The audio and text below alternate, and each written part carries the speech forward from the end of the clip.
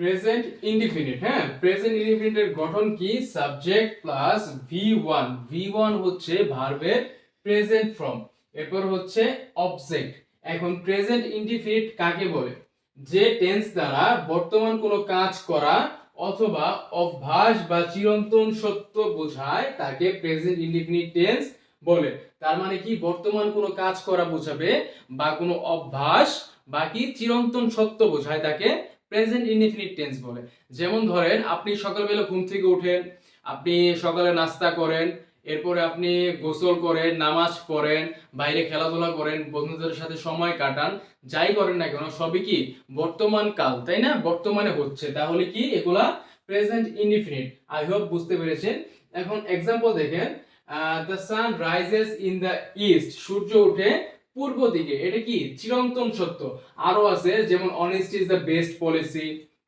এটাও কি চিরন্তন সত্য। চিরন্তন সত্য কি হয়? প্রেজেন্ট ইনডিফিনিট হয়। তারপরে একতাই বল। আপনার চিরন্তন সত্য যত ওয়ার্ড আছে সবই কি সেন্টেন্স আছে সবই হচ্ছে প্রেজেন্ট ইনডিফিনিট। এরপর হচ্ছে করিম প্লেস ফুটবল এভরিডে। করিম প্রতিদিন ফুটবল খেলে, এটা কি তার এভরিডে প্রতিদিন খেলে, এটা তার অভ্যাসগত কাজ। হ্যাঁ, সে প্রতিদিনই খেলে, বর্তমানে প্রতিদিনই খেলছে এবং এটা তার অভ্যাসগত কাজ, যার কারণে এটা প্রেজেন্ট ইনডিফিনিট। আরেকটা বিষয় খেয়াল করেন, এখানে করিম প্লেস ভার্বের সাথে কি আছে? এস। কারণ কি?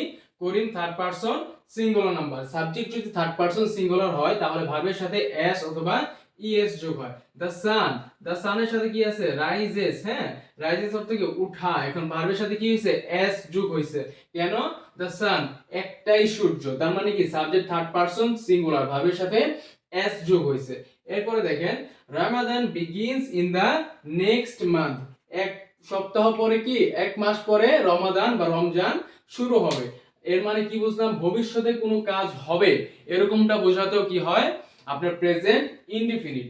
একটা শর্টকাট নোট মনে রাখতে পারেন, after, usually, sometimes, always, occasionally, twice, everyday, rarely, normally, never, seldom, regularly, generally. যদি কোনো সেন্টেন্স এগুলো দেখতে পান তাহলে বুঝে নেবেন যেটা প্রেজেন্ট ইনডিফিনিট। আরেকটা বিষয়, যেমন আমি ভাত খাই বা আমি ভাত খাচ্ছি, দুইটা কিন্তু দুই রকম।